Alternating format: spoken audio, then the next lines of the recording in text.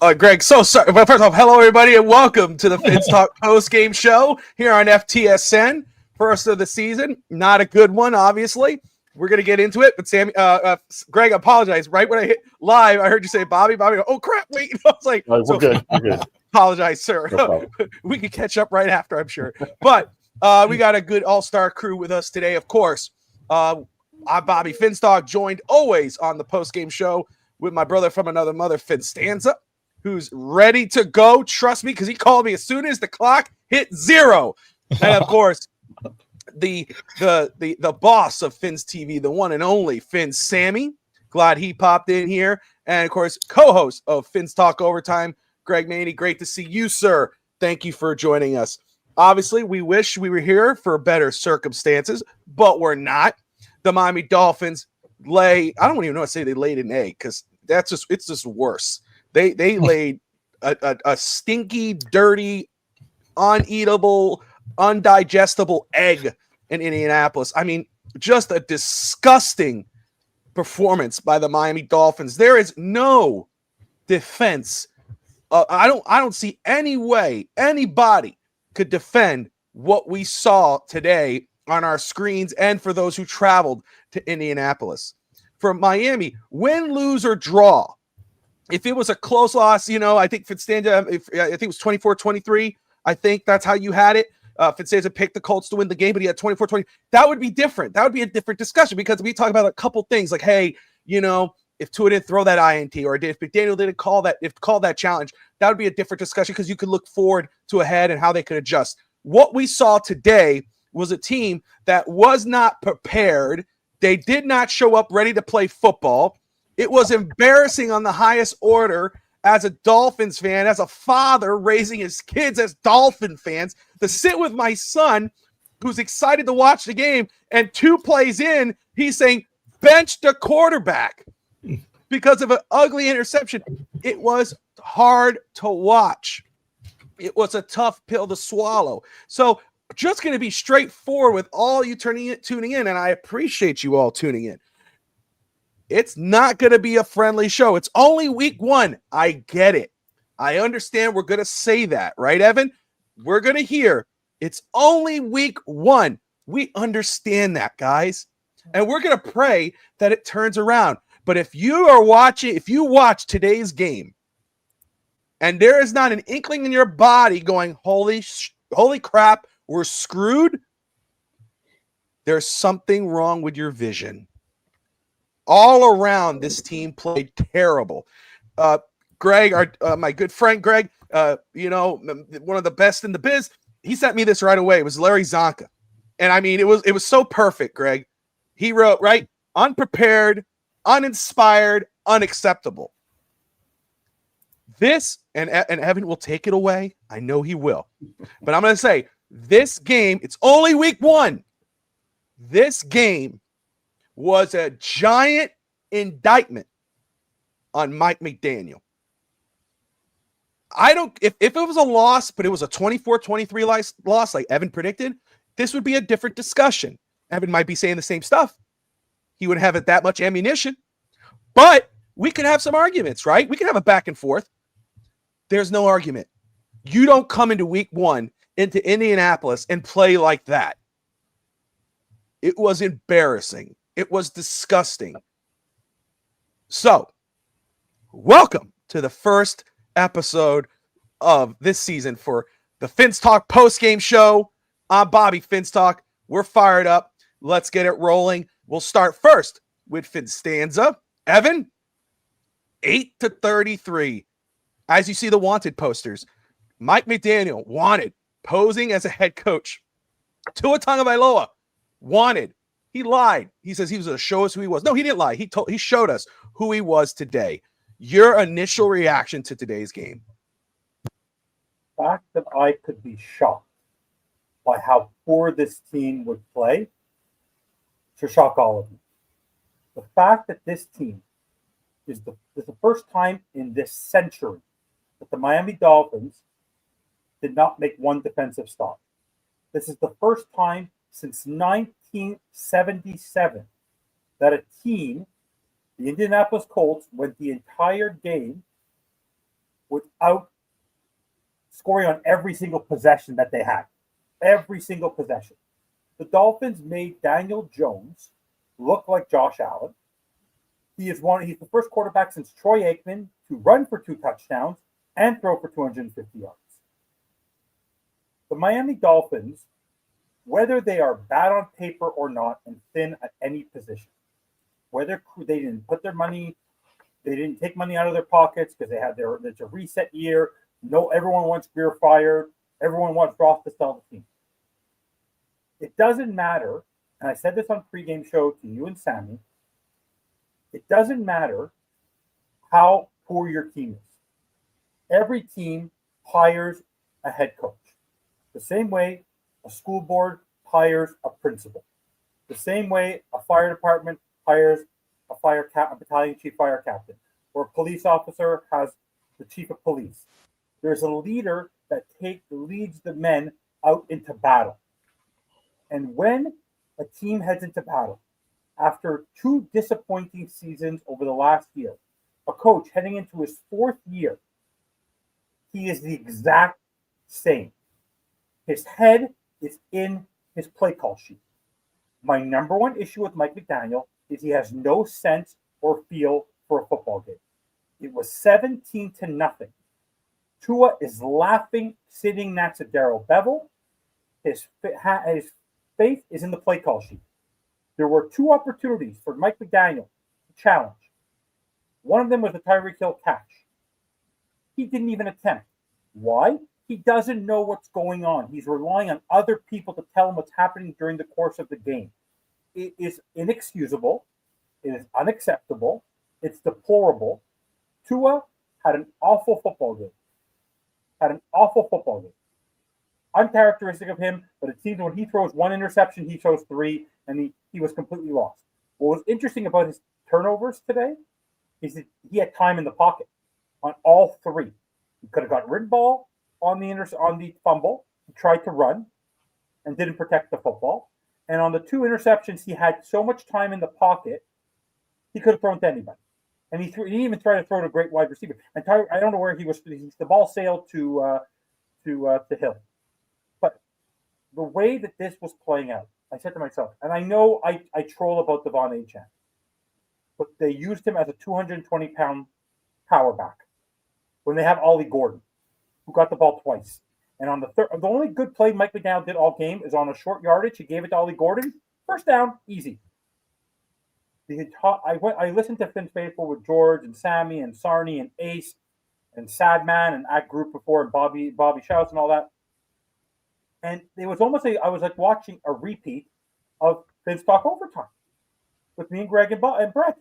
And I got disappointed. I said before the show to Sammy, why didn't you bring up what we talked about on the pregame show? Because it's exactly what all they were talking about. This is a fireable offense. I go, of course it's a fireable offense, but what did anyone expect? Mike McDaniel is making everybody else around him worse. Anthony Weaver, awful today. I'm the first who bragged about Anthony Weaver, but he was awful today. Where was that pass rush?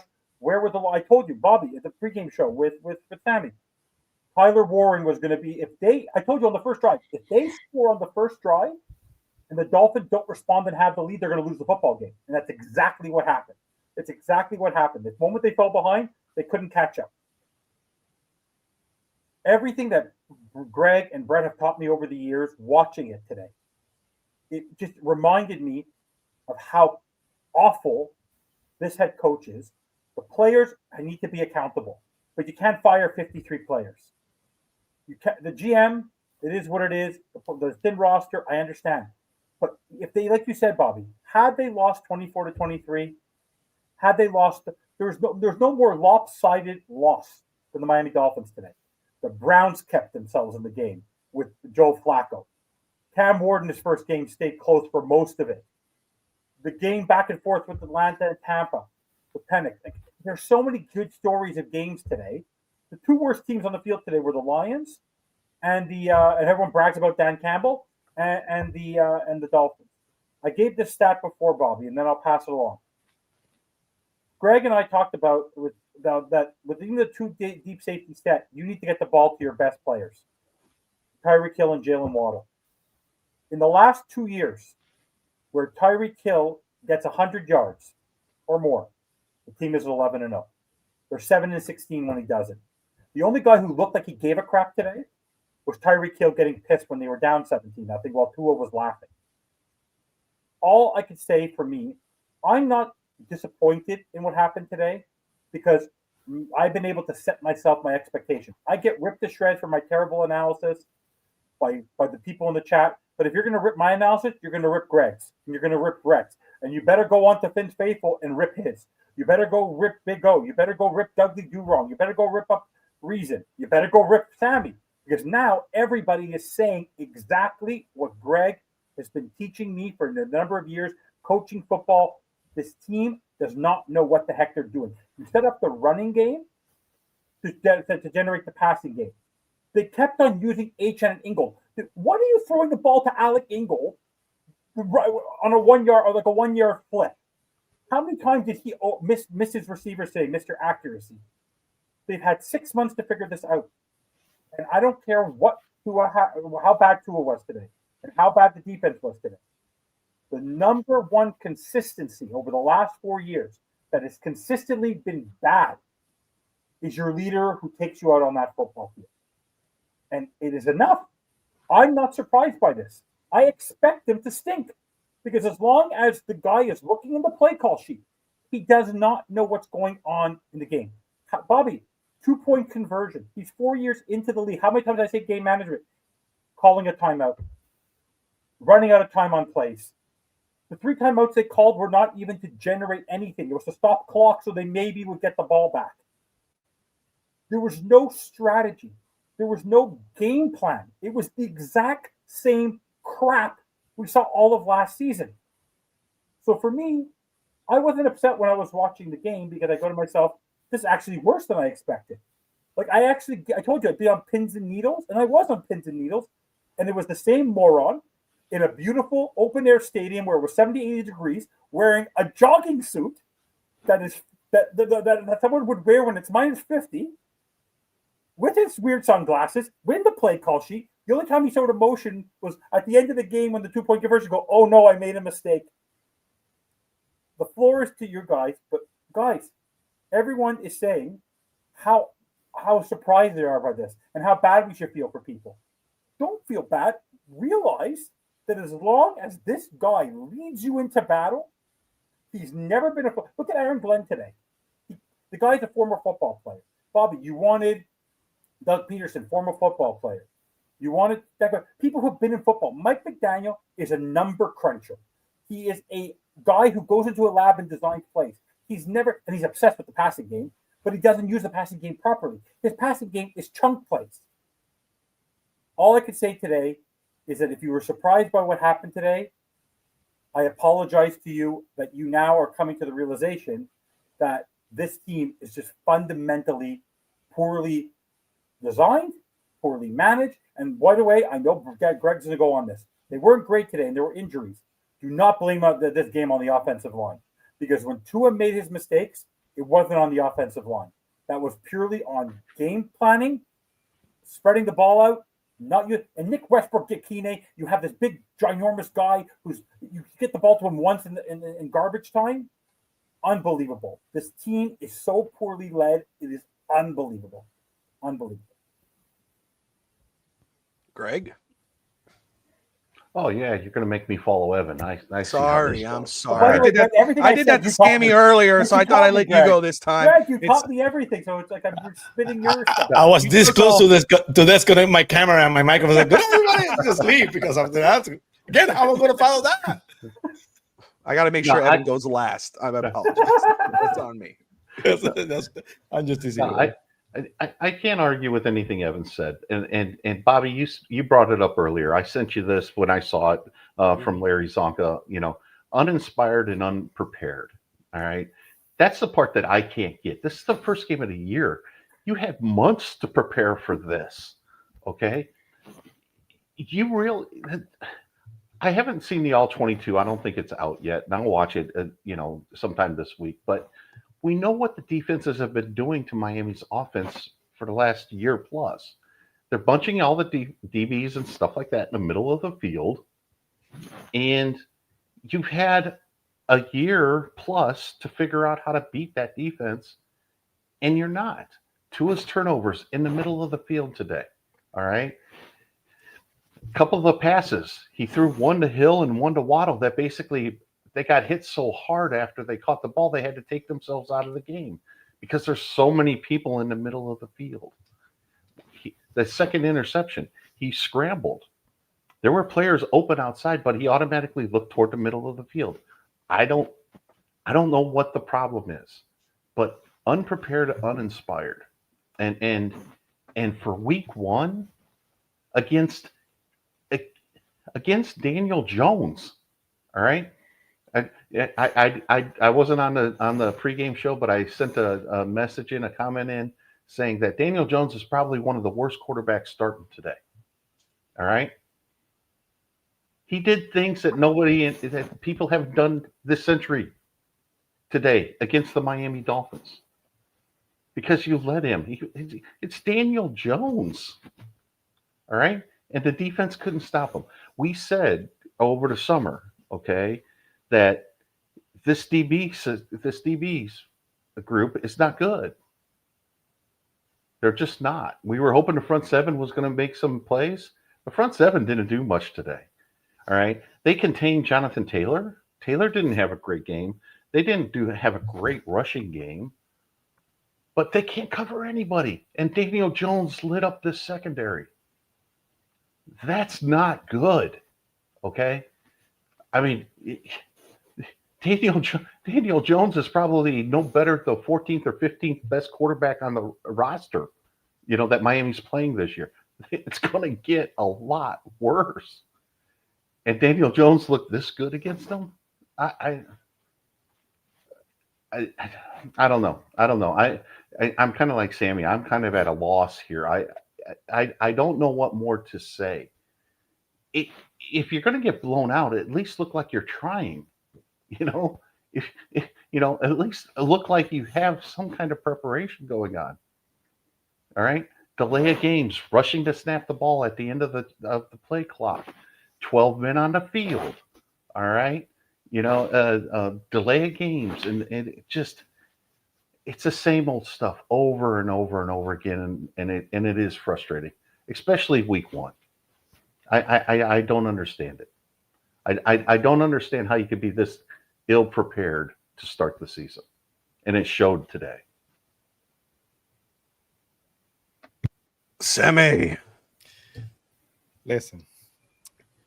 Oh, he said it like, listen. Listen. I've been a fan of this team for, I'm not gonna age myself, but let's say over 35 years. I've been hurt. I've been disappointed. I've been in a loss for words many times. When we lost to the Chargers, when we lost to the Bills, when we lost to the Jaguars in that Marino final game, when Dan Marino tore his Achilles, but I've never been as frustrated to the point of being mad as I am today. Mike McDaniel had the entire offseason to prepare for this game. I expected, I thought, and people criticize it. No, they're not going to show you anything in preseason, because you're worried too much about a pregame, about a preseason game, and there's no plan because they're not showing it. And you see that, okay, there are things that doesn't have to do with the game plan. But you're overreacting. I'm sure. Okay. Now can we overreact now? Is it fit to overreact now? Because right now, if you want to say I'm overreacting, fine, I'm overreacting. But I'm mad. I'm mad about my daddy because he had the entire offseason to prepare for this game. And I granted some weird things happened in week one. But Mike McDaniel knows what's at stake for him this season. They look unmotivated. They look unprepared. They look like the 2023 Miami Dolphins without Tua, with Tua under the helm. That's how they look like. They look awful. They look just awful.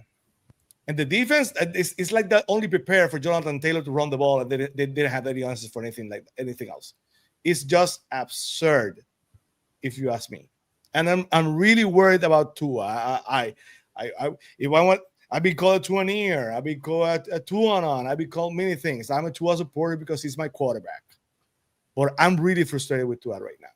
Tua today looked unmotivated too. He looked weak. His arm looked weak. He looked slow. At times, he looks really slow. He looked dumb because, come on, you have a blitzer, and that's the strong side. You're looking at him, and you let him rush, give you back to you and rush you. I've never seen that from Tua. And what Evan said, I hate the fact that they go to the sideline and act like they're having a party. Mm-hmm. I was criticized when they were dancing too much. Granted, I'm probably because I'm from a different era, for the Marino era, and so many things. And sometimes that kind of thing bothers me too much. Granted, today's game is different. You're right about that. But I hate the fact that they go to the sidelines and they act like no one cares. It's mind-boggling to me. I'm so pissed. I was in a loss for words. Talking to George Jason Sarney, the guys at Fins Faithful, that I had to say, but I said, Bobby, please let me in, because now I my voice is back. Please let me in to go into the post game. We had kind of talked about who's going to be here, but I told Bobby around 5 p.m. Please let me in because I had to scream at somebody here. Not at you, Bobby, not at Greg or not at Evan, but you know what I mean. It's so frustrating. I've never been this pissed off in my fandom as a Miami Dolphins fan. Never. And it's an opening season game. We deserve it. My heart goes out to those fans who traveled to Indy today to see that pile of crap, because they deserve better. Every single fan all around Fins Nation deserve better. But those guys who traveled after the team, they go to Indianapolis, they have so much hope to see that. My heart goes out to Lisa and so many others that love this team and deserve so much better. I'm pissed. I'm pissed at Chris Greer because, at times I supported Chris Greer, but because I sometimes believe that some of the criticism in some areas that he gets is unwarranted because there's some things he's done right. The things he's done wrong, he's done wrong. But Chris Greer knew what he was getting into. This offensive line is a mess. And you have a frail quarterback who's around 6 feet, 6'1" maybe, and you don't have the offensive line in front of him to protect him. And someone said to me, "You're making excuses." I'm not making excuses. I'm just saying the fact. I said it before, and I'm going to say it again. Tom Brady or Patrick Mahomes will never be the players they are behind that offensive line. That's the truth. So Chris Greer, that offensive line sucks. That's on you. Those defensive backs, those receivers, those Indy wide receivers were wide open at times. Wide open. The pass rush, but it is what it is. The only thing I remember of the pass rush was Judon basically hitting so hard that Joe didn't even care and rushing into the kicker in the punt. That's all the thing that I remember of the pass rush. I'm pissed. So, Bobby? Sammy, how do you really feel? Are you mad about the situation? I'm just kidding. A little bit, Bobby. A little bit. My goodness. No, I hear you. And let's just go, because this is a team game. It absolutely is a team game. It's not on one player. However, we always go and start and end with the quarterback. And even though it's a whole team effort, and the entire team really was playing horrible, from the defensive line showed nothing. Everybody. The secondary, obviously, the O-line, all of the above. It just was the coaching staff, all of it. But let's not ignore the fact what Tua did today. You could say what you want, whether you believe in him, whether you don't, franchise not, whatever, wherever you stand, we could all say what we saw today was not what we're used to seeing. This was a very different type of situation. I mean, these were bad throws. This was like right where it, was boneheaded decisions, right where it needed to be. I mean, right, and by what needed to be, meaning right into the defender's gut, not in his receiver, right into the linebackers and the corner, their gut, and then fumbling it. So you had 3 total turnovers, I believe. I don't know if you had any more. I know 2 INTs, I think 1 fumble. It was embarrassing. And what makes it worse is, yes, the laughing on the sideline, when you just threw an INT, even though it's early in the game. I want to see you pissed.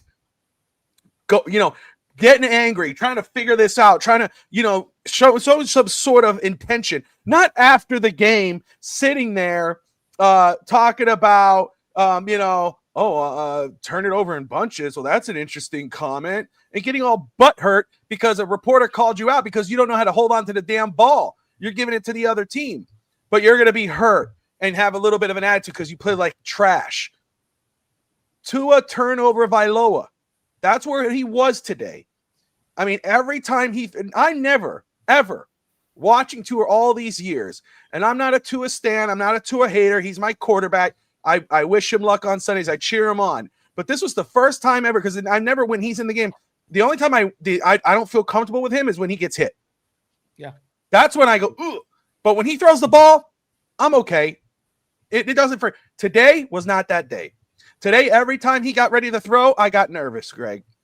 It was not a good day for the quarterback.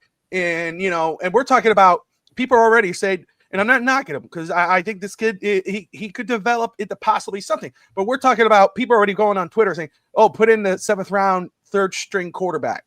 That's it. Let's go." That's how. And it wasn't like you're just saying it because you don't like Tua. No, Tua played bad. This was a bad play, a bad day for Tua turnover Vailoa. I don't know. And what made it worse, again, it's not, sometimes guys have bad days. We get it, right? We've watched football, no matter how old you are. We've watched football, especially this group here. We watched football our whole lives. We've seen good, great quarterbacks have bad games. But what made it worse was he looked like he was having a good damn time on that sideline. What made it worse was the press conference afterwards. That's what made it worse. No accountability. No going, you know what, guys? I played terrible. I put my team in a bad situation. I need to go back and make this better. He's worried about what a reporter said. You turned over the ball in bunches. Oh, that's an interesting comment. I turned it in bunches. Yeah, you did. Yes, you did. You didn't protect the football. That's your job. Protect the ball. Get it to your guy. You have Tyreek freaking Hill. Are you kidding me? How many quarterbacks would die to have Tyreek Hill standing there and their receiver group? Jalen Waddle, if he could stay on the field for a whole game or a whole half.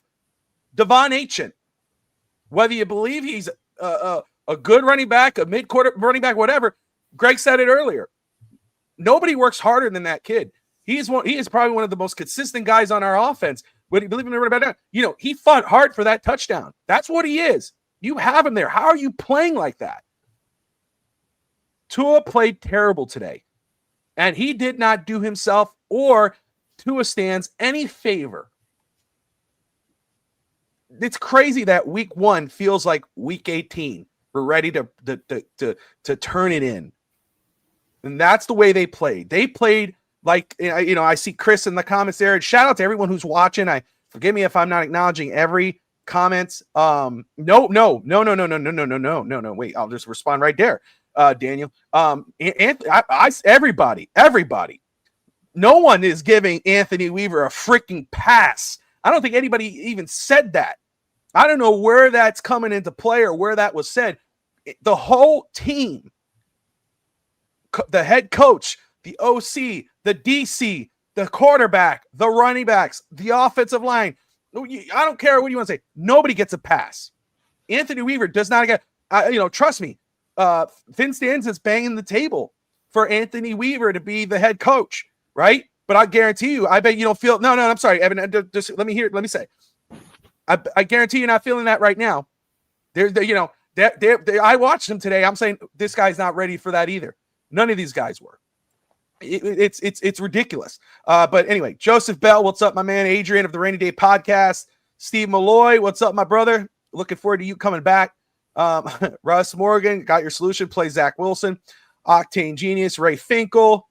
Chris, of course, Hunter, DSG, what's up, my brother? Reefer Fish. Let me see. Make sure I don't want to miss Theodore Smith. We got a lot of people tuning in. I saw 305 Sports Babe in the house. Great to see you. Michael Darling, what is up? Let's see. Doll's Diaries coming back this Tuesday. Great to see you. Dahl there. I know she's going to have a lot to talk about. Ralph Love, great to see you as well. But there is no passes today. Nobody's getting a freaking pass. Not one. Maybe Ollie Gordon, because he only had 2 attempts, which was ridiculous. I almost put on our overlay there, missing. Have you seen this man? Because what the hell? I thought we were supposed to be we were going to start turning the page and being a power team and being physical. You have a physical back who every time he touches the ball, it's a positive play, and we're going to run H-in 20 times or do some stupid little behind the line. That made no sense. But wait, we're not getting to McDaniel yet or the coaching staff because no one's getting a pass. We're talking about Tua turnover Vailoa, our starting quarterback. There's no excuse. I don't want to hear about the offensive line. I mean, we know what the offensive line is, but this had nothing to do with the offensive line. The offensive line did not make Tua play like ass today. Let's just be real here. It was all on Tua. Okay? And I'm very quick. I'm sorry, I just said that and I remember too. I saw earlier AJ Atia in the comments. I know that's not Alex. Maybe he is, but I know that's Jake, my nephew. Love you, buddy. Saw you there. Forgive me for what I said, but all good. Anyway, all right. Evan is going last. I'm going to start with Sammy, then Greg, and then Evan on Tua turnover Vailoa. Sammy, I know you touched on it. If you want to go quickly, hammer it home with Tua. You're muted, sir. Unmute your mic. Because, I'm confessed I do some stuff for Fins TV, so I have to. You're good, brother. I'm sorry about that. I defended Tua. I've been called to it again. I've been told to a stand. I've been called to an ear. I've been called to an on, everything. He's my quarterback, and I'm going to defend him to the grave against any other franchise, even after, enemies local and from above, like they say. But today, he has no defense. He had just like my McDaniel, he had the whole offseason to prepare for this game. And if the body language saw him like he didn't care. Body language tells a lot. The same way we criticize Tyreek Hill for what he did, and Tyreek Hill today made an effort to try to look engaged and caring. I don't know if he's sincere or not. I'm not gonna go into that, but he tried to look like he cared. He tried to give the perception that he cared. He tried to fight like he cared. But what was and I love to. What's the deal? Is he too cool? Is he too cool to care? You will never. Again, Dan Marino would never have done that today or any other day. And after the press conference, you can see Dan Marino every single week saying, "It's on me. I'll take the blame. I'll be better." And sometimes he calls someone out. Yes, but he didn't act like Tua acted today. Like everybody's making a huge fuss about it. It's no big deal because that's the perception I got. That really gets me pissed. That really gets me mad. Because one of the characteristics I wanted, or for the reason I wanted Tua, is for his character, like a leader of he cared, that he played to a standard in Alabama, so I expected more from him. But as of today, after what happened today, I had to rethink everything I ever thought. I'm that pissed with Tua, McDaniel, the whole Miami Dolphins today. Bobby. All right, Greg. To you, sir. For me, it's his 7th year and it's decision-making process.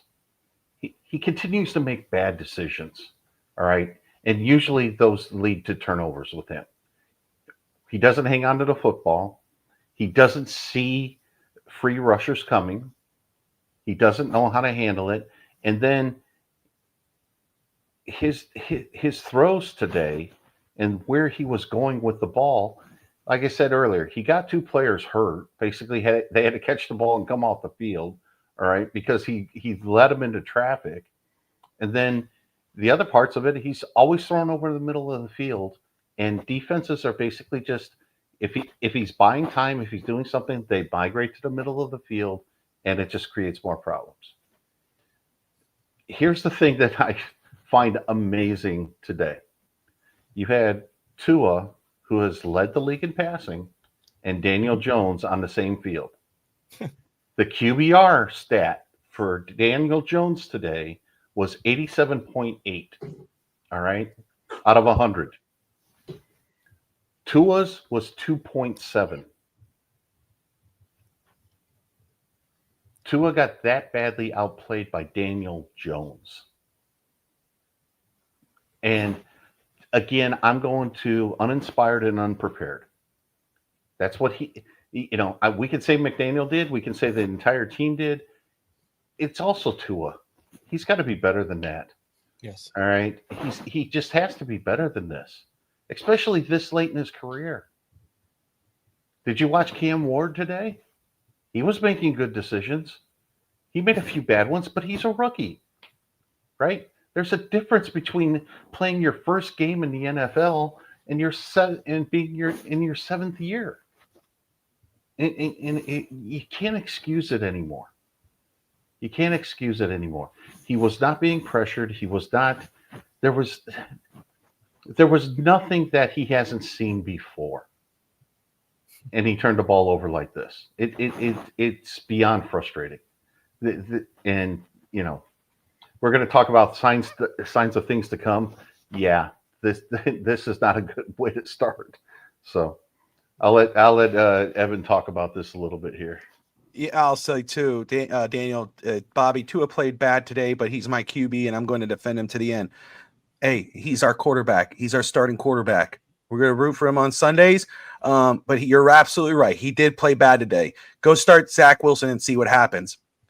What happened today? What's going to be the difference? What would be the difference if we started Zach Wilson today? 33-0? Would that be the score? Well, Zach Wilson's QBR was 16.5. There you go.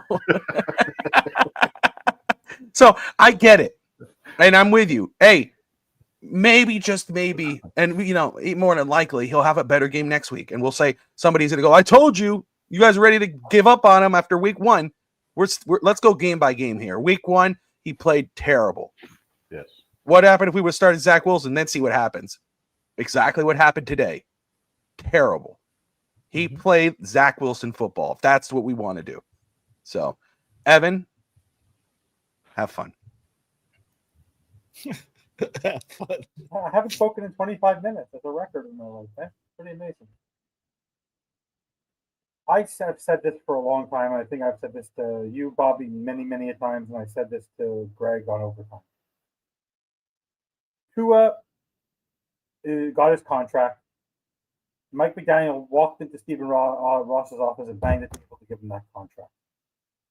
Yes, when Mike McDaniel was hired, he was saddled with Tua because he didn't get any other interviews. He wanted to be a head coach. He chose Tua. But I said that the reason why Tua Tagovailoa will fail with the Miami Dolphins, going back to the beginning of last year, is Mike McDaniel. Because he has been put on a pedestal by a guy who can't keep him upright. So Tua is so confused on what to do. He's not an independent thinker. He's a robot. He does what Mike McDaniel tells him to, because he thinks he owes Mike McDaniel something for saving his career and getting him his bag. I always make the joke that they go over for sleepovers together. If you look today, I think, Greg, I wrote this to you, and Brett, the reason why he was turning over the ball is he actually had to think for a moment. Wait, what do? I don't have Mike McDaniel in my ear to tell me what to do. Mike McDaniel tries to control everything around him. He doesn't. You may think, oh, it's a party atmosphere. Everyone's getting along. Everything's fantastic. But there's still a guy there who does what he wants, when he wants, how he wants, and that's how the players act. There's no sense of responsibility. Do you think that Aaron Rodgers, Dan Marino, Tom Brady, Drew Brees, even Patrick Mahomes, Josh Allen, Lamar, you think they're coming to the sideline after having three consecutive turnovers and sitting on the bench next to Darrell Bevel and having a conversation like, oh, let's relook at the play at what I did wrong? Tua Tagovailoa is a failure as a quarterback, who I will continue to defend as our quarterback as long as he's our quarterback, because of Mike McDaniel. Mike McDaniel has not taken the leash off of Tua. Tua doesn't know how to change the ball, change the play at the line of scrimmage because Mike McDaniel doesn't let him. The moment Tua doesn't do what Mike McDaniel tells him to do, he feels like he's a fish out of water. He can't swim. And today, it showed. He didn't feel independent-minded, and he continues to make mistakes. And I don't want to hear, we talked about the pregame show, I don't want to compare him to any other quarterback. Tua's had moments of flash, but today was a lack of preparation. And when you think about it, Darrell Bevell could be his quarterback coach every single time you tell him whatever. In the end, the person in his ear is Mike McDaniel. To throw the ball to Achane or Alec Ingold, or not throw the ball to Nick Westbrook, or to spot throw to Water in a hospital play, or to throw. Those are plays where those are his first reads. When he's waiting in the pocket and sailing one over Tyreek or fumbling the football, that is on Tua. But Tua is a 7-year quarterback who's still sort of feeling the odds of a rookie because he should have been redshirted the first year. Flores didn't have any faith in him. So really his first real chance of a rookie year was with Mike McDaniel. He had a good year. Mike McDaniel guided him and led him, but I think it was a whole thing. But now it's almost as if, Mike always said this in the rebuild, Mike McDaniel would have been the right coach in 2019, not now. And because he has players like Tyreek Hill and Bradley Chubb and Minka Fitzpatrick and Zach Sealer, who are veterans, who don't need a coach like this. When people, there's no intelligence there. So Tua has actually become worse and regressed under Mike McDaniel. Go look at his stats. He had one great year in 2023, but then they faltered. And he hasn't been able to keep him upright for 2 years. And on the first game of the year, you had all offseason to get him healthy, ready to go. And on every chance that Tua had, Tua right now, his biggest mistake is continuing to be in the shadow and the guidance of Mike McDaniel. As long as Tua Tagovailoa and Mike McDaniel are a combo, this team will never win jack crap. They will never win. One of them, and by the way, I will tell you this right now. If Tua goes somewhere else next year and Mike McDaniel's gone, Tua will find a way to be successful somewhere else because Baker Mayfield did it, Geno Smith did it. They all have a way to do it. This head coach is by far the worst thing that can happen to Tua right now. He's the last thing. Tomorrow, going to look at tape, you want Mike McDaniel to be telling you what to be doing next after today's performance? Tua is responsible for his performance today. But you learn from people. You go into a classroom. The teacher teaches you, then you have to perform. But if the teacher is not a good teacher, you're going to fail. I'm sure you guys have all had this when you guys were in school. The teacher that is the easiest with you, even though he might be your favorite teacher, your best friend, are the teachers you end up doing the poorest with. Tua needs a guy who's a quarterback guru who can kick him in the goddamn ass. Flores had the right mindset, but he was a defensive guy who didn't believe in it. You need for Tua early in his career, which might be too late now, a pain in the ass coach like a Sean Payton early in his career to get him going. That is Tua's problem. Tua is basically broken toys. He's a broken toy, and you can't put him back together right now because Mike McDaniel has destroyed him. So I will say I was just reading up on that, Cat. Thanks, Cat, for tuning in about a couple hits that Tua took that they people are kind of keeping their eye on. We won't speculate, but the speculation is out there about Tua taking a couple hits and could there be a concussion situation? Hopefully that's not the case for his his health purpose, but if it is, just get him out of there. But anyway, we won't speculate on that. We'll see what happens there. And I know Sammy on Fins TV will catch up on that, Evan as well, Greg on overtime, and myself as the week goes on.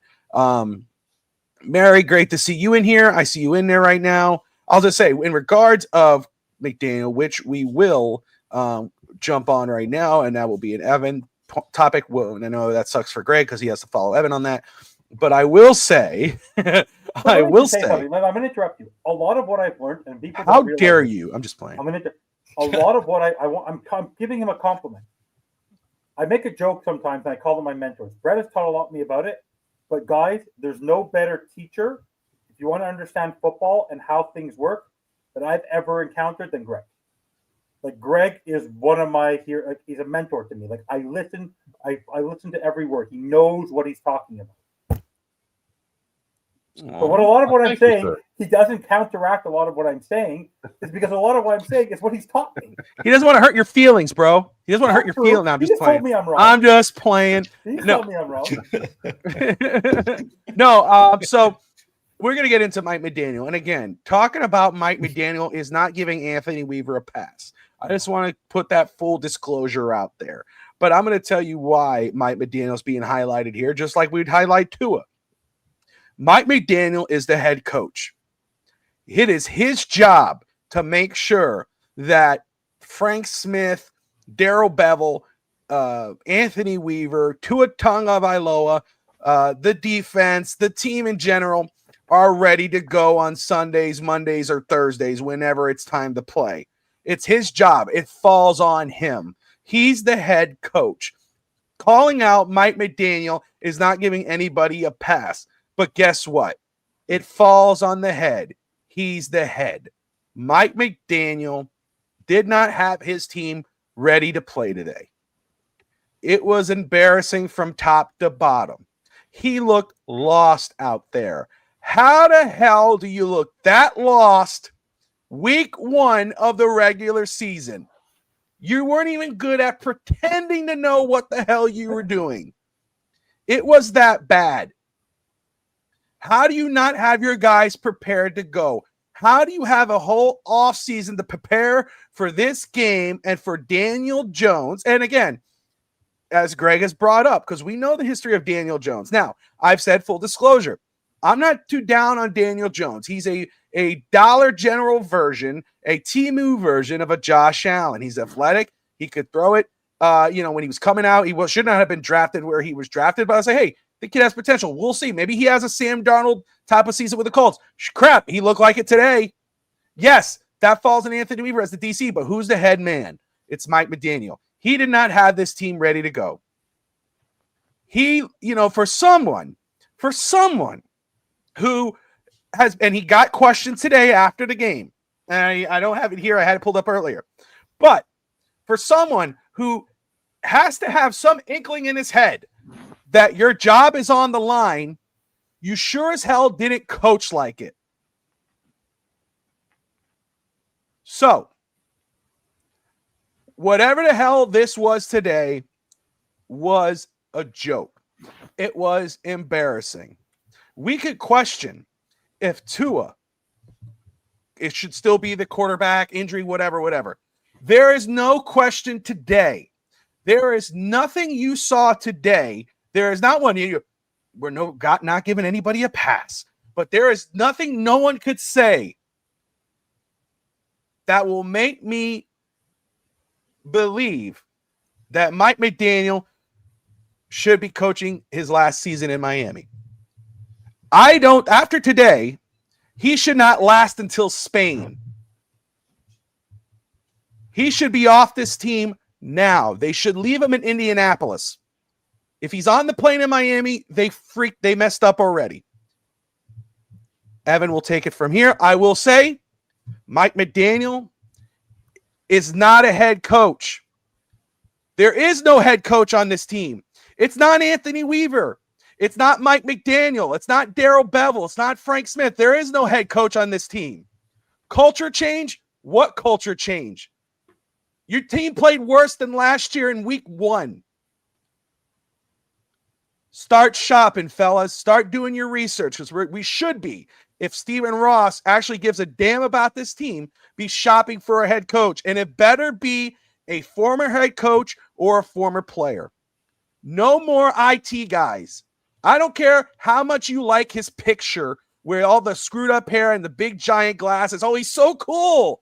I love the way he talks. Let's bring him in, man. What did that do for you? Nothing.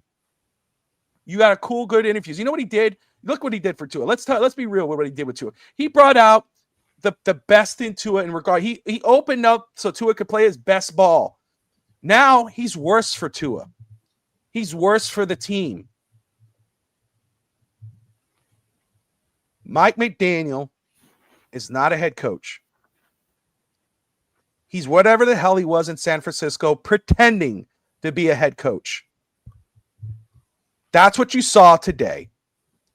That's my 2 cents. We have 305 viewers right now. So I appreciate everybody tuning in. You're watching the Fins Talk post-game show here on FTSN. We got FinStanza in the house. We got Greg Maney. We got Finn Sammy of Fins TV. I hope if you're watching for the first time, you hit that like and subscribe button. I promise it's not as mean or rude as it usually is. But hey, Dolphins deserve this. They played like ass. Evan, I'm sorry, Greg. Evan, you've got the floor.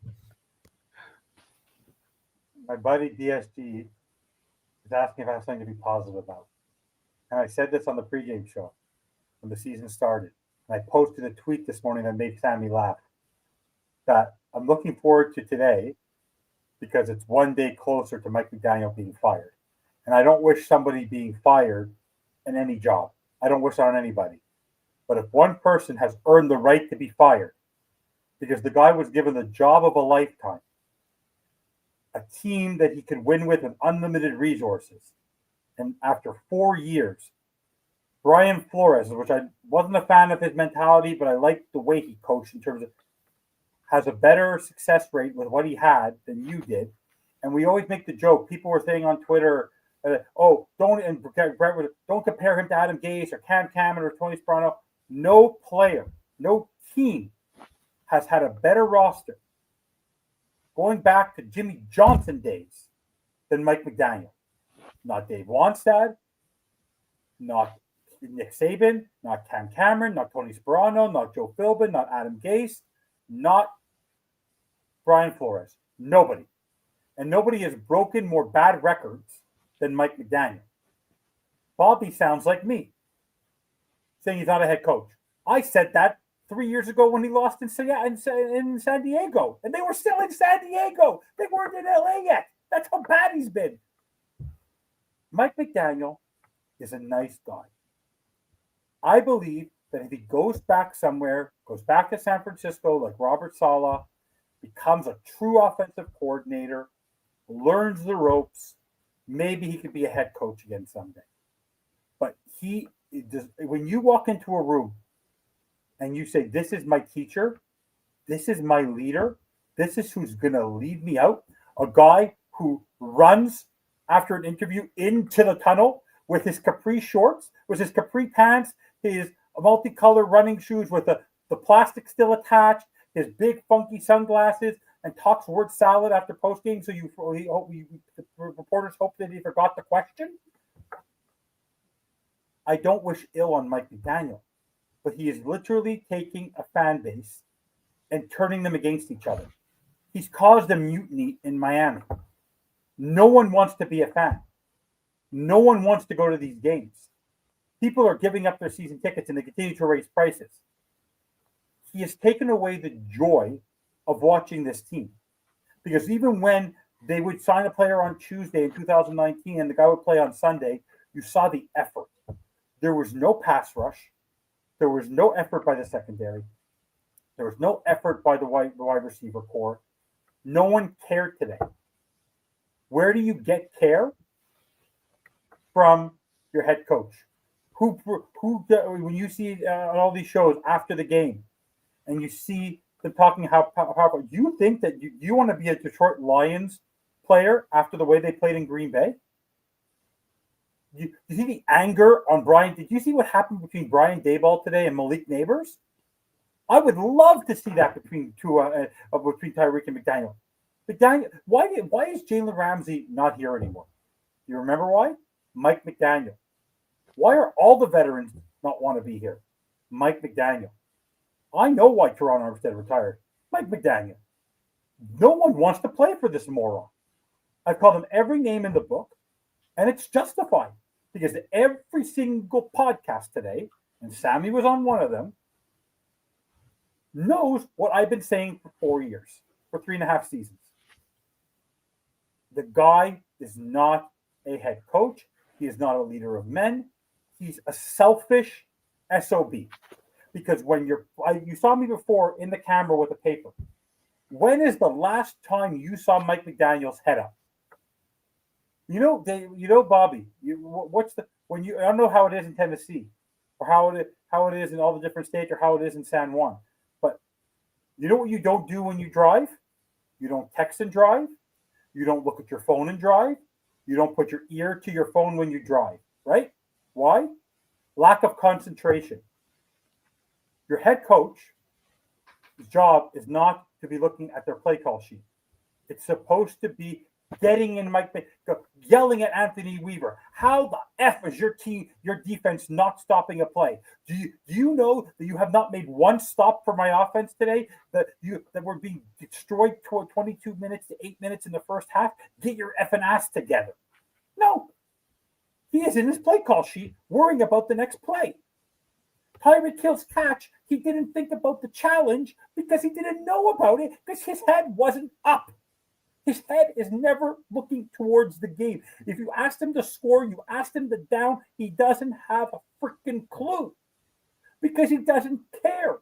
He cares about himself and his genius play call sheet that he came up with in a lab that we're supposed to be so proud that he wakes up at 3 o'clock in the morning and is there with Butch Berry at 4:30 in the morning coming up with play call sheets. I don't give a crap. Mike McDaniel, you're a head coach.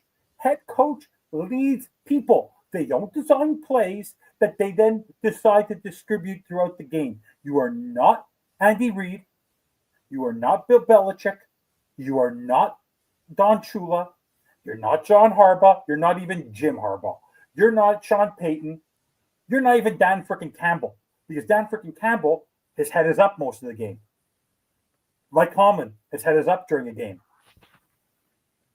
Until you have won something with the way that you coach, then have your face in the play call sheet all I care. But learn how to be a head coach first. This guy should be ashamed of himself. He should be writing a personal letter to every single fan of the Miami Dolphins and saying to them, mea culpa. I am a recovering bad head coach. I need to go to Bad Head Coach Anonymous. Declare I'm a bad head coach. Go through your 12 steps. And then maybe one day you'll get your job back. But until you go through those 12 steps, admitting that you have a problem and there's an intervention, this team is going to be the laughingstock. We are going to be talking about a bottom 3 pick next season, as long as he's our head coach, which is not necessarily a bad thing. So if they want to let him lose, honestly, I'll take it. You want to be 0-17?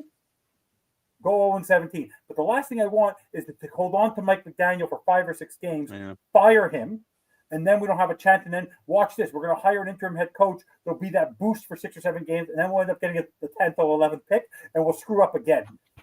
Make a decision. Fire him tomorrow. Fire him next week. But after week 3, do you understand that Buffalo at this point is going to score 100 points against us? 100 points. That's what's going to happen. We're going to go to on a Thursday night, and we're going to lose 100-7. I just want to say, because I know people are saying that I'm being Mike McDaniel right now, and I'm Wake Up Bobby. First of all, I was looking at my phone because if I look over here on my computer, everything starts to slow down. Like my computer stalls out. So I have to look at my phone to see any kind of reports, following up on the game, seeing any post-game stuff. So I promise I'm all ears on Evan, but I've been hearing this for 3 years now, I think. So, I mean, it's just a new game. So, but I promise I'm not being Mike McDaniel or anybody here. I'm paying attention.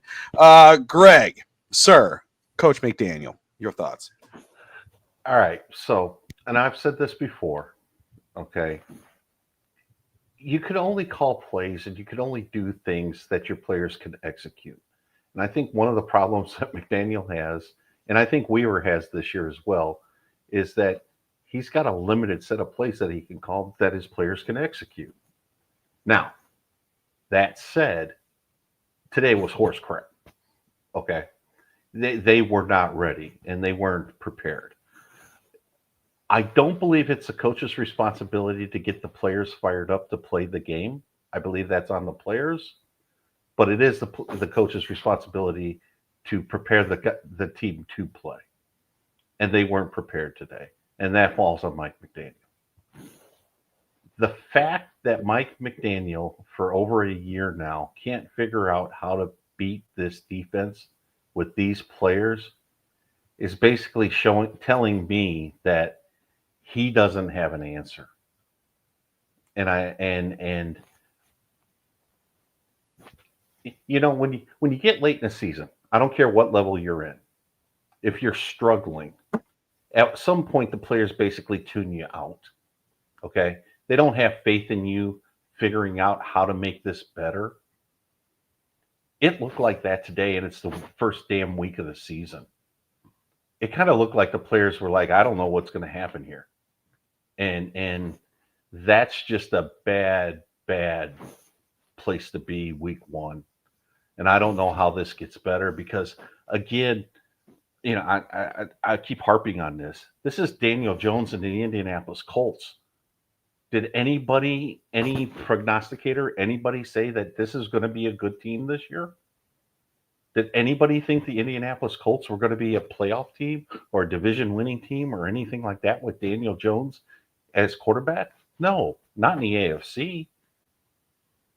This is only going to get tougher. And to be this lost week one, and maybe it is just week one, maybe it will get better, but damn, they had months to prepare for this, and it just, it just looked awful. All right, and then I'm going to make a comment about Weaver as well. Weaver, the defense is so, the defensive secondary is so bad right now that Weaver can't really put a pressure package together and bring extra people because he is afraid to leave those guys on an island.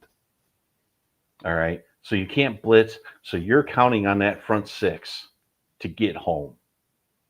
And if they're not getting home like today, that secondary is going to be exposed. I don't care what quarterbacks they're playing against. I mean, as bad as Daniel Jones is, he's still a professional quarterback. All right. He's still capable of making plays when he has to. And it just, yeah, there was just a lot of bad stuff going on today. And I got a feeling it's not going to get much better because I don't think they have answers. And that's a scary thought this early. Sammy, yeah, Mike McDaniel, and then because Daniel and brought up Anthony Weaver, which that would be in signs of things to come. But talk about Mike McDaniel, your thoughts on today's game, the preparedness, and then what happened with the defensive side of the ball. Go ahead, sir. I'm going to start. I already said a little bit about Mike McDaniel, so I'm going to start on the defense. I said before that if Mike McDaniel gets fired, I don't think Anthony Weaver is going to even take the interim job. I always say Frank Smith is going to be the interim job. They're not going to expose him to be the interim head coach. I don't think he's going to get exposed to that either. So I don't expect that to happen. It's contagious. It's like a virus. What happened today is like a virus because Anthony Weaver's during the preseason, I made sometimes a statement that the defense looks so much better compared to the offense, more prepared, more professional, more completely different. The offense looked insecure at times, but the defense looked pretty good. Of course, the pass rush today failed. One of the best offensive lines, probably by the end of the season. I would not be surprised if the Colts offensive line is considered one of the best offensive lines in the entire NFL by the end of the season. They have some pretty good players over there, some young players that by the end, when we look back, we say, well, that was a pretty good offensive line. That's why the pass rush didn't work. Might happen, but we don't know that as of now. But as of right now, what happened today, Mike McDaniel, I'm going to say it again, Mike McDaniel had the whole offseason to prepare for this game. He had the whole preseason to prepare for this game, the whole training camp, the whole game plan. And during the preseason, we saw things that made me uncomfortable, like Joe Phillips say, maybe queasy at times. But I was criticized, and somebody was probably everyone was criticized too by someone came, "Oh, this is the preseason, you're making too much of it."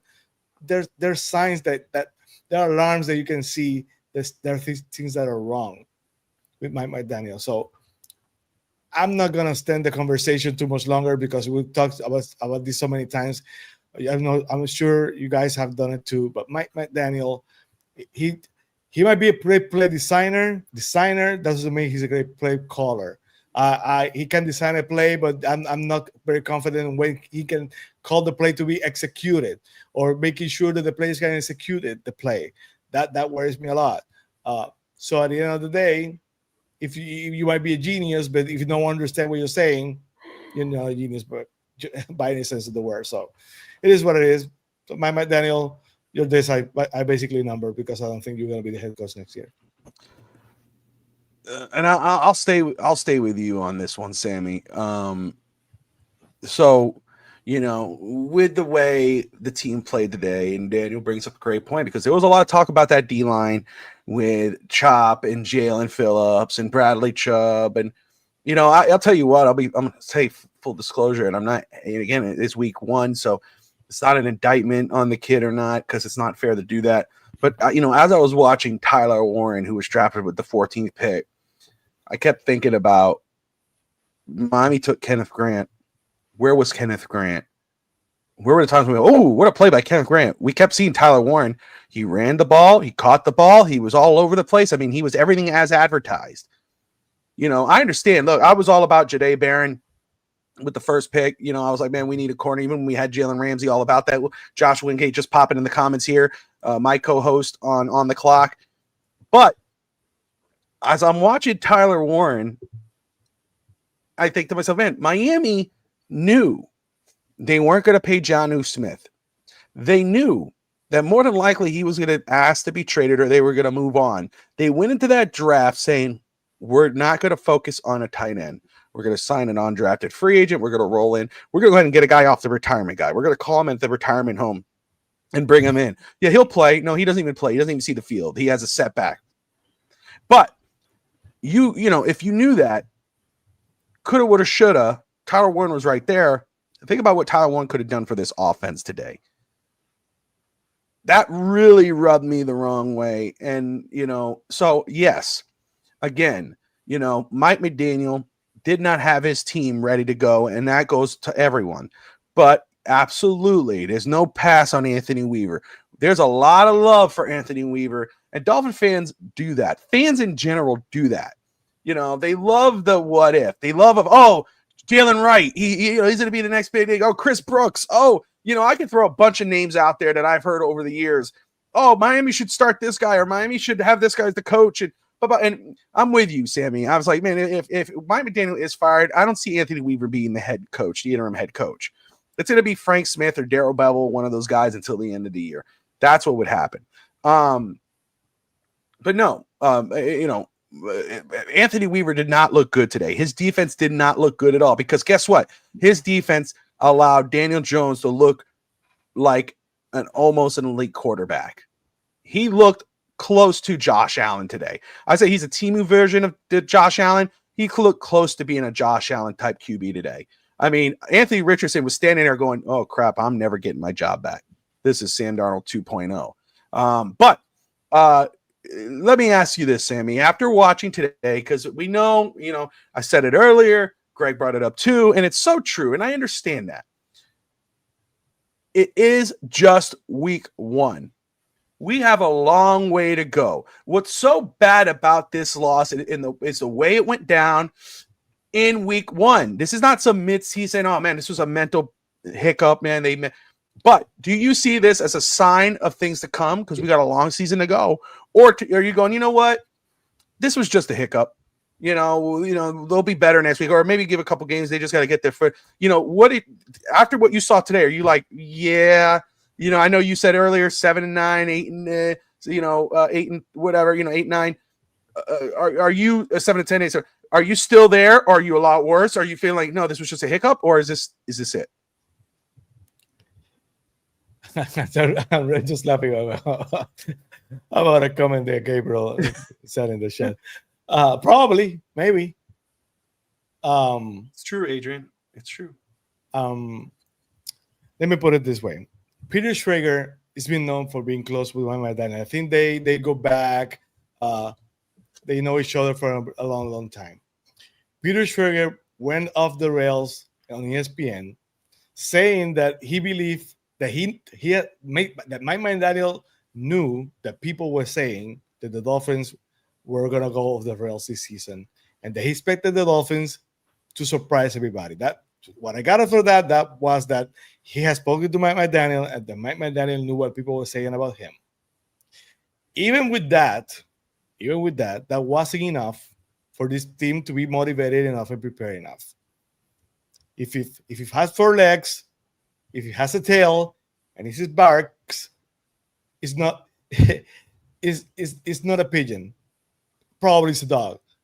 If it doesn't bite as a puppy, like people used to say, doesn't bite like a little dog. So I see nothing that makes me believe that Mike McDaniel will be able to find a way to do something different for the next 16 games. I said it for a long time. I said it before. I think I said it to you. I said it to George. I said it on Fins TV.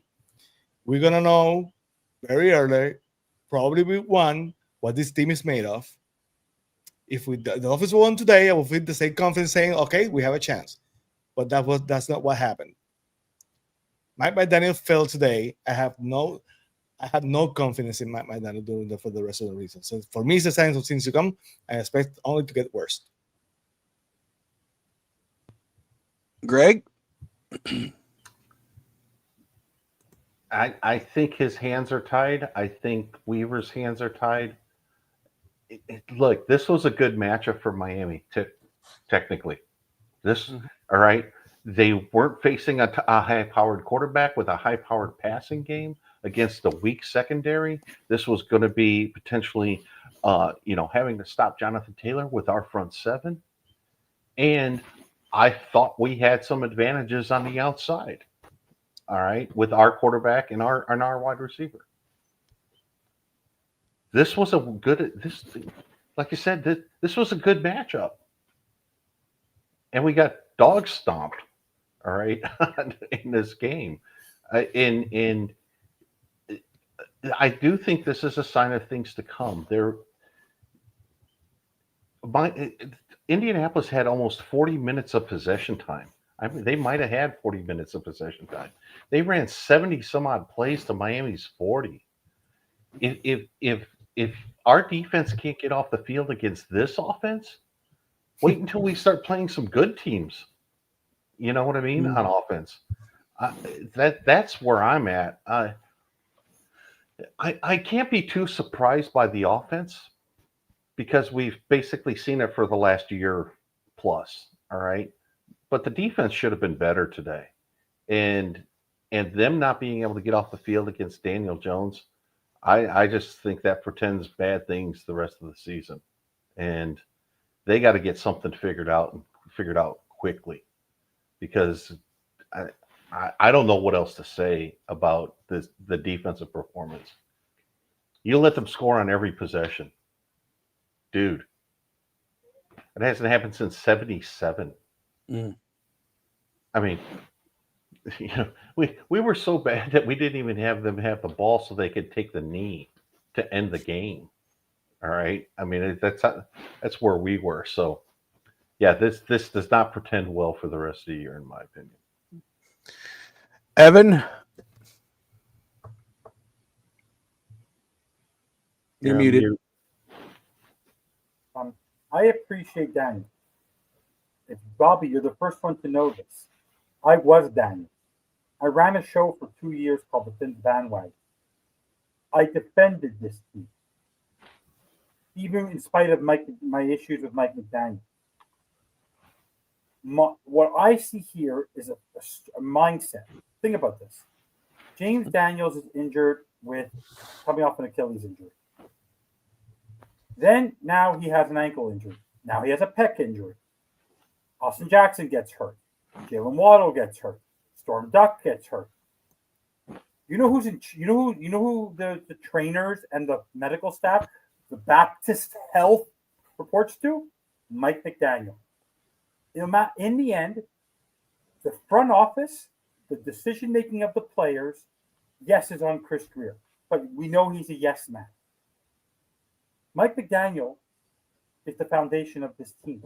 He is the face of this franchise. So as long as he's the face of this franchise, who else should we blame? You can blame the quarterback, you can blame the head coach, and some of the star players.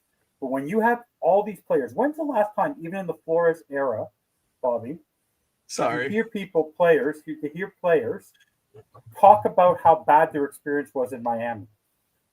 Every player that leaves here talks poorly about their experience in Miami.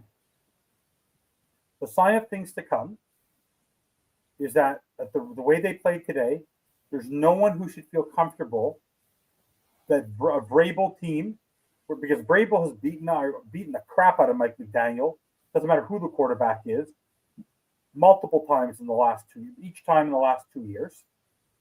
Then you're going to Buffalo, who's actually not. By the way, Buffalo, which I already said had a bad defense. By the way, did me and Bobby and maybe Greg? I'm sure Sammy wanted him. Didn't we want Derrick Henry? Did Mike McDaniel not want Derrick Henry?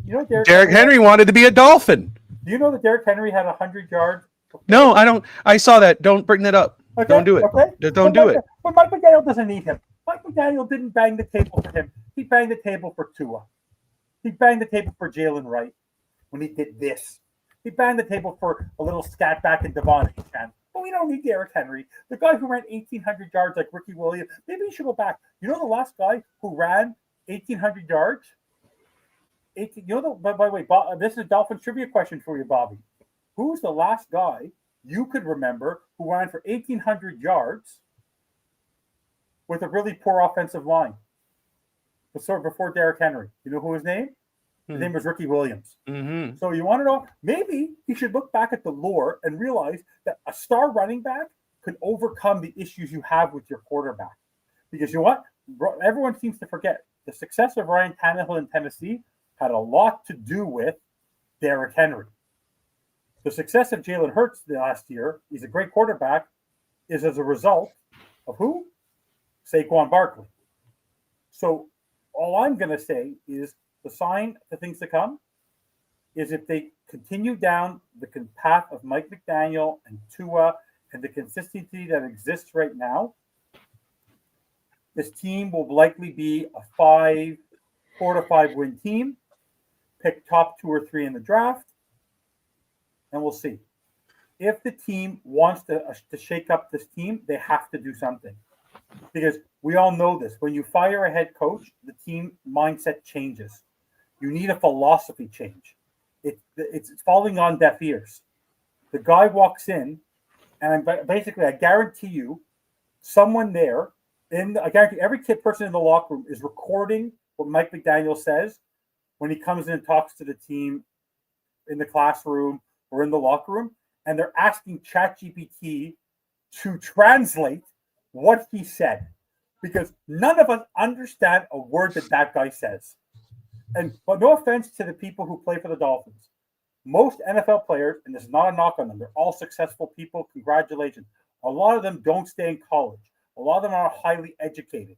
Mike McDaniel is talking to them like they went to MIT for 4 years or Harvard and talks in word salads and combinations and God knows what. No one understands him. That's the frustration for me.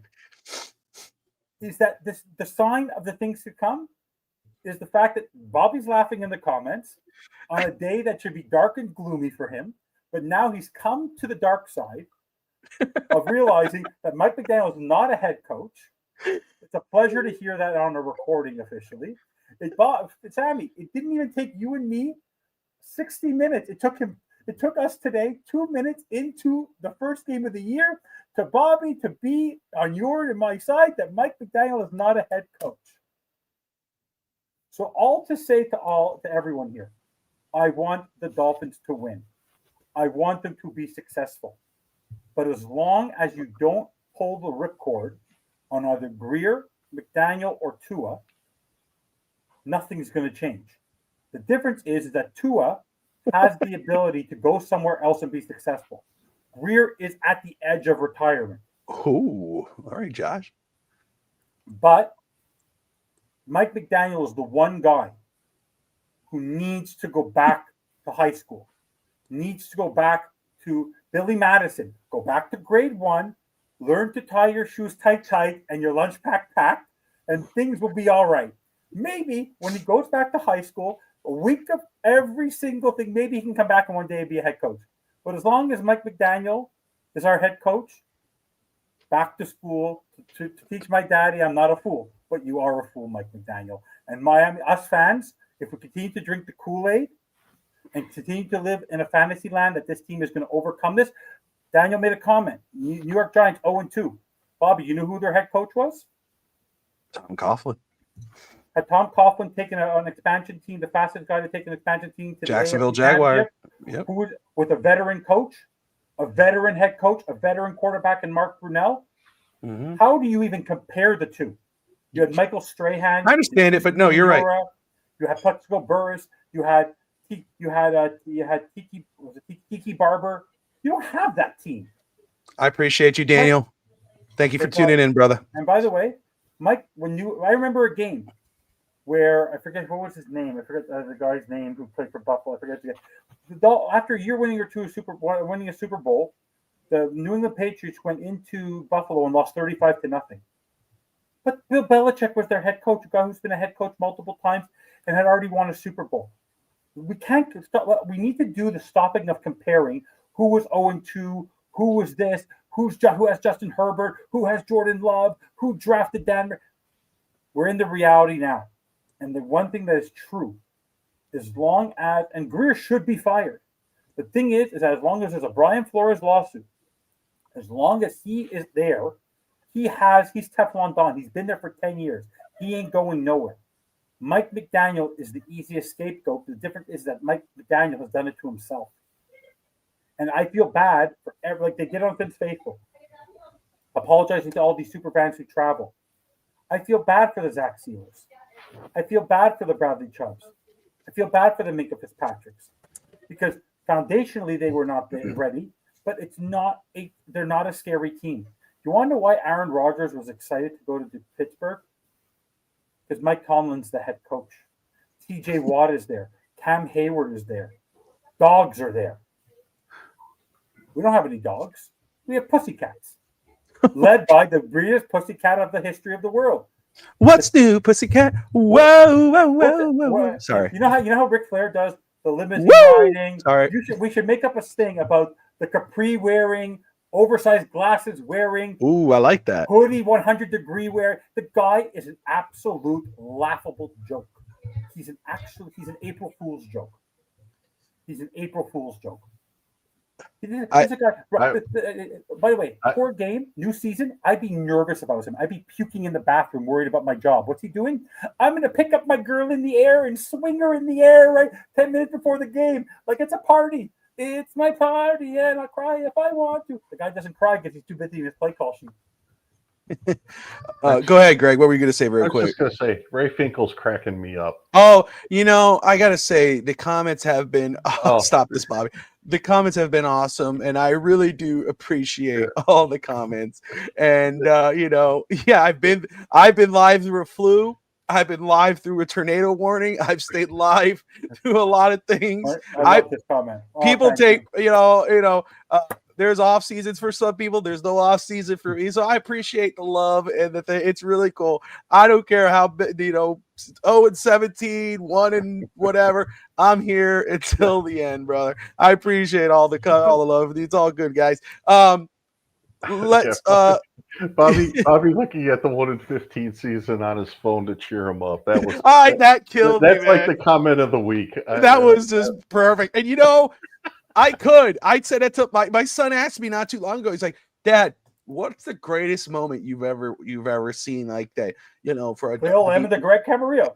Well, I was gonna say, look, we could say it's the miracle, right, in Miami, the New England thing, but no, not really. I mean, I remember when I was doing that day, I was watching. I was with my daughter, and the Dolphins were about to lose. It was against the Patriots, and I remember my baby, my oldest now.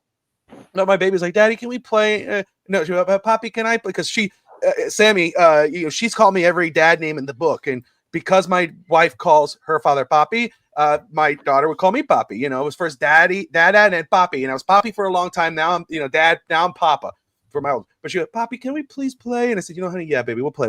Just let me just watch this because I don't leave. I'll stay till the final minute. I don't care if we're getting blown out. even today. And so I remember I was watching, and all of a sudden I go, oh, look out, Gronkowski, and I was like, oh my God, I fell to my knees. It was amazing.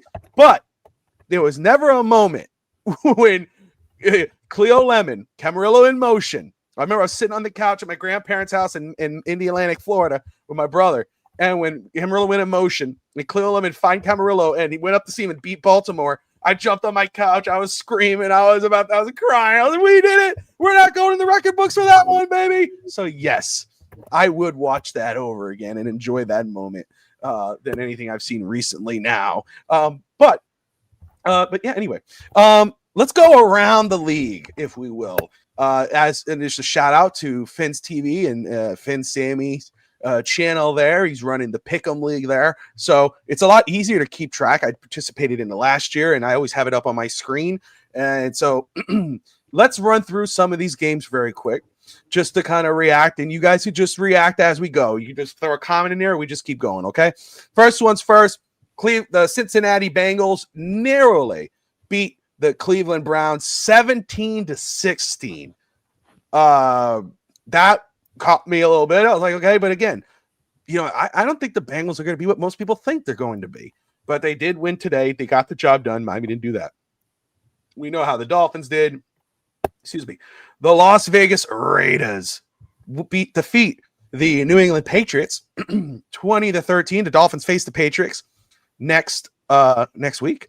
And I guess that's a silver lining. If the Baltimore Ravens keep the score, every team in the AFC East is going to be winless. So, hey, as the great Jim Carrey would say, so you're telling me there's a chance. The Commanders defeat the New York Football Giants. How do you think the Giants feel? Well, they got Russell Wilson, and they go, we're getting rid of Daniel Jones. Woohoo! It's over. We picked Daniel over Saquon Barkley. We got rid of Daniel Jones. It's over. They go turn on TV today. They see, what the hell? Who is this quarterback in Indianapolis? Let's go watch our guy, Super Bowl champion. Dud. 6-21. The Commanders win there. The Arizona Cardinals take out the New Orleans Saints. Pittsburgh Steelers. Hey, you know what? Again, Jets lost. We love to see it. I know Russ hated it, but the Jets did put up a fight today. Justin Fields had himself it was a fun game, but the Pittsburgh Steelers and Aaron Rodgers take the victory 34-32. That was an exciting game over there. Tampa Bay 23-20 against the Atlanta Falcons. Duval. The Jaguars defeated the Carolina Panthers 26-10. The Denver Broncos beat the Tennessee Titans 20-12. The 49ers take the Seattle Seahawks 17-13. How about the Green Bay Packers taking out the Detroit Lions 27-13? I picked Green Bay. The Rams narrowly defeated the Houston Texans 14-9. And right now, the Buffalo Bills, Sammy, up 17-10 against the Baltimore up 17-10 against the Buffalo Bills. So there is the silver lining. Yes, mom is in the house tuning in from Hialeah, saying check in on Tristan's picks. Tristan told me earlier to check in on the picks too, so I will have to do that. No, I'm not going to say it again. DSG, Aaron Rodgers. I knew he was going to do that. I knew as soon as I saw the video, I was like, DSG will not let me hear the end of that. So, let's go very quick. Baltimore up 17-10. If they hold on to this victory, Sammy, does that make you feel better about Miami's chances this season? Nope. Okay. What can I tell you? To the point. No, but what can I tell you? It would be, it would be fun to say at least everybody has a loss. Of course, that would be. But for a week, we can lie to ourselves and say, "Well, we're still in it." But at the end of the day, there's still a chance. Is there any game, Greg, that surprised you today around the league? Minus Miami, of course. I don't know about surprised. I was Las Vegas offense looked really good, and I mean I'm not breaking any news here, but Brock Bowers is a stud. Dude, he's so good. Guy can play. I was watching some of that game at the same time the Dolphins were on my split screen, and I was like, man, that guy just gets open whenever he wants. And Geno Smith might make that team dangerous. Granted, they played New England. New England's not good, but I was impressed with the way that team played today. And then the other one was Cincinnati. Cincinnati going on the road to Cleveland on week 1. That's not an easy place to play. No, it's not. That's not an easy win. And they hung tough, and they squeaked out a win on that one. So I was impressed by those 2 games early. And then Green Bay. Green Bay's defense. Micah Parsons got a sack. That could be scary with Parsons on it. And they, hey, that great Detroit offensive line couldn't block any of the anybody on Green Bay basically the entire game. So no, that team could be scary. I knew Mike Parsons would help them. I didn't think it'd be that immediate and that good. it just tells you, and my condolences to Josh Wingate on the loss of Micah Parsons from the Cowboys to the Green Bay Packers. Very quick, Evan, any game for you that surprised you today other than Miami's lopsided loss? A couple things. If you look at the stat lines of a lot of the quarterbacks, the highest stat line was Geno Smith. So I'll get back to the Raiders in a second. Was the fact that for a lot of the pick'em games, the number one pick'em game of the week was the Denver Broncos, and the fact that the Titans stayed with them for most of the game was, for me, for a Titans team that's not expected to do much as a young roster, that impressed me a little bit. So the fact that the Titans held tough in Mile High, that's not an easy place to play. They only lost by 8, but it was a pretty tight game. It was nerve-wracking for quite a bit. If you're a pick'em guy, a lot of us took Denver today, so that was interesting. The fact that Cleveland once again is starting off slow. If you go look at the stat line, Joe Burrow had like 115 yards passing. That was disappointing. But the thing that I wanted to mention, and Bobby, today we're on record, a particular guy became the oldest head coach to ever coach an NFL game. His name is Pete Carroll. If someone were to tell you that coach on that sideline was the oldest coach in the league, that's a coach who is motivating his players. Running up and down the sideline, motivating them. Go, go, go. That's why the Raiders are going to actually have a chance this year in that AFC West. Not this guy. Zed Wright. This is what I'm talking about. We have one of the youngest head coaches in the league who's acting like an old curmudgeon on the sideline. And then we have the oldest head coach acting like a head coach. Like, the guy should not be watching film on how the players played on the field. He should be watching how head coach. That's what he should be getting film on. But for me, no, Tennessee staying in the game.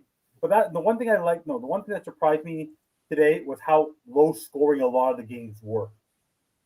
But like a lot of the games, 14-9 or 20-12, there weren't a lot of big scoring games. The highest shootout game, which I can't believe I'm actually vomiting on this, the person who surprised me the most today was Justin Fields. The fact that the Jets actually went into Pittsburgh and stayed with the Steelers today, and Aaron Glenn's first game with a new quarterback, to get to Garrett Wilson, he made some great throws today. Lo and behold, he threw the ball deep. What a surprise. You throw the ball deep to your best wide receiver. Craig, did you know that if you throw the ball deep to your best player on offense, your elite player, you actually might be successful? Did you realize that? It's shocking, isn't it? Isn't it shocking? It's shocking. That if you actually get the ball to your most dangerous player. Sammy, did you know that if you actually give the ball to your most dangerous players, you might actually have a chance to win? Why were they successful on offense today, Daniel Jones? Because who got the ball? Michael Pittman, Tyler Warren, and Jonathan Taylor. We were giving the ball to Devon Achane, maybe Alec Ingold, then Waddle on a hospital ball, then throwing over Tyreek's head on a honestly, Julian Hill, Tanner Connor. Like, do you understand that even Tanner Connor's play? Got to give credit to Tanner Connor. that was a beautiful catch because that was not a great throw by Tua. All I saw in the NFL today was that a lot of teams played bad today. A lot of people had cobwebs. But as bad as every team played, you can go to every single team and say, I saw something good. I saw Brock Purdy look good. I saw Geno Smith look good. Aston Genti got in the end zone. Tyler Warren did something. Kate McMillan did something. Every game was somewhat close. Like even if the Carolina Panthers, you saw something from a rookie. The only team that broke 2 records today, one from 1977 and one from this century, and lost by the most points, is our Miami Dolphins. So all I learned about the postgame around the league today was the fact that the Dolphins are right now on record the worst team in the NFL. So I was gonna let Evan do his post game wrap up, but I think that was his post game wrap up that he integrated into his around the league segment. I'm very good at that, eh? You did perfect. So that is great. So that wraps up Evan's post game for today. And we'll get to Greg. Greg, it's week 1. Dolphins dropped the 0-1 on the season, losing in embarrassing fashion against the Colts. Nobody prepared, from Mike McDaniel to Anthony Weaver to Tua turnover by Loa. Just crazy. Again, how could you go into this game saying you're going to be more physical and Ollie Gordon only gets 2 balls? But it is week 1. What is your post-game wrap-up, sir? What is your final thoughts on today's game? Well, and one of the things I was going to say about this game was, I am glad that Miami did get more physical this offseason because it played huge dividends today in this game. So I love you, Greg. Are we at war with Canada? Oh, freaking Finkel. Look, I'd like to dismiss this as a bad day. All right. I'd like to say it's week 1. It's early. It was a bad day. They'll get better. I don't have a whole lot of faith that that's going to happen. The holes that we identified on this team all summer long basically showed up today, and I think it's only going to get harder. So I don't know what's going to be moved forward. Evan's right. We need to throw the ball deep. I don't think we had one deep shot today. Tua had time to go deep. All of these little shallow crosses and basically, crossing patterns over the middle of the field with your fast guys. I said this after the Super Bowl. Sometimes offensive coaches just outthink themselves. Sometimes you just say, my fast guy, you run real fast all the way down the field and throw it as far as you can, and let's make a play. All right. Well, we got to do that. We got to open this up, and I would love to see Ollie Gordon get the ball more as a running back. Achane only had 7 rushes today, which is not bad, but Miami didn't run any plays, and it just there's a lot of bad that happened today that I got a feeling we're going to see a lot more this year. There you go. Sammy, final thoughts, brother. Nothing will make me happier than come here and receive tweets, messages, everybody saying you were wrong, you were a prophecy of disaster in week 1, and the Dolphins had a great season. Believe me, I will be glad. I will be happy. I will not care. I would be so happy I would probably not even remember how upset, how mad I am today. Because I will be so happy that I will just don't care. But that's playing against the odds. And we know the story because it's like riding a bike. You never forget. And you can it's gonna sound sexist, but it's the truth. After giving birth, most women say they will never have another kid because it's painful, because it's the greatest gift on earth, on the history of the world, to give birth to a kid. But for a woman, it's painful. It's a sacrifice in many ways of her life. But at the end of the day, they love their family so much that they have another kid and they're happy about it. being a Dolphins fan is basically like giving birth sometimes because the pain might be horrendous. For every single year, we'll come back here and we're ready to do it again. So right now is pain. Right now is embarrassment. And I'll be nothing more happier than in week 8, the Dolphins being 7-1, and everybody's making fun of me that was a profitable disaster because usually I'm a positive guy. I love the Dolphins. I like to be positive. But I don't expect this to happen. I don't expect it to change. So my message to the whole community is enjoy the ride, enjoy the journey, not necessarily the destination. We have a lot of great fans. We love this team. We love each other. So let's make the best out of it because the product on the field might not be the best, but we'll still have each other. So let's have the best season we possibly can. Couldn't say it better myself. I will say, guys, it's only week 1. Thank you, Dolphins, for doing this now and not just stringing us along thinking there was any real hope. You know what I mean? He just let us know right away. No, this is going to be a long year. So, let's see how it goes. Bite the pillow. Shows would be better than the games. Yeah, that's right. But anyway, thank you guys all for tuning in tonight. This was great. I am so happy, truly, for this here to be back doing pregame and postgame with FinStanza. We love to drive each other crazy. We're going to do that all year. So grateful for Greg to join us and for Sammy to come on board with the pregame show and joining us for postgame. Because I asked earlier and I know he's busy. He's like, oh, that's a crazy day. And then he messaged me. I'm at church. He's like, dude, can I come on postgame? I was like, yes. And Greg's like, yes. And I was like, okay. And I texted Evan. I'm like, let's go. So I hate the circumstances that we're here. But I'm just glad everyone's here. I appreciate everybody. I will, Adrian. Thank you all for tuning in, Dolphin fans. I know it's tough to say, and I know it's tough to feel this way.